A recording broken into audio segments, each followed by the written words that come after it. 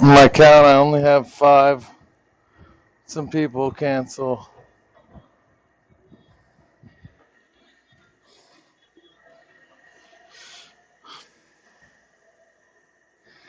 The light's green. Go. Far too often, I've been sitting there waiting to make a left and sitting through light after light, and the person in front of me doesn't realize that this green arrow they're waiting for is never coming. Think outside the box. Know that green means when it's safe to go, go. Is anyone familiar with convergent versus divergent thinking? No. I've read books. Oh, well, I'm not an expert. Let's put that. Today I would like to start with convergent thinking. Convergent thinking focuses on the single best answer. It's a speed, accurate, familiarity, technique, recall of memory, something that's worked for you in the past. What is already known, what works for you. Logical, known strategies. Arthur Cropley, 2006, in praise of convergent thinking, he specified the importance, how it specifies the important only and leaves no room for ambiguity. It also focuses on manipulation and intimate knowledge. Again, things that you're familiar with. The first thing that comes to mind. Secondly, I would like to talk about divergent thinking.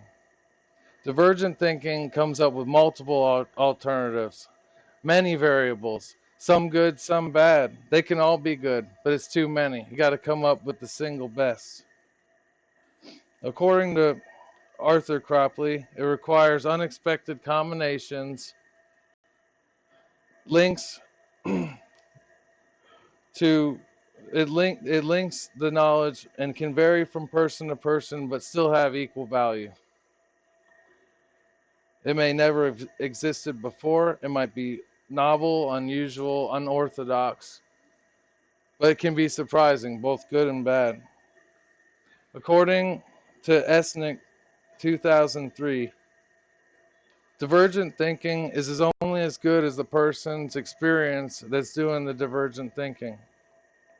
In other words, they've got a good idea and it's worked before, they can bring it to the table and it can help in the creative thought process. Third, I'm going to talk about how both are necessary for the creative thinking process.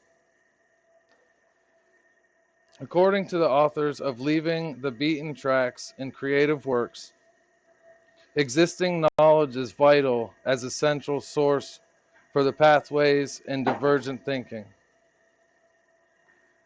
However, according to Harry Kropp and authors of Effects of Induced Stress on Convergent and Divergent Thinking, the human mind is prone to revert to what it's used to. Doing that can inhibit imagination, which is not always good in the creative thinking process. The right imagination will equal a really positive result. Recently, IT system developers noticed the importance of this, and they started developing software that helps creators shy away from the beaten path and helps them to create new outside of the box ideas. In conclusion, we learned today that outside the box thinking can be helpful in the creative process, but it often comes up with too many ideas. That's where convergent thinking comes into play to help you find the single best one. The brain goes back to familiar thinking on its own, and we have to break that thinking. I hope everyone will remember me and remember this the next time they have a problem. And when thinking of a solution, don't go with the first choice first. Thanks for listening.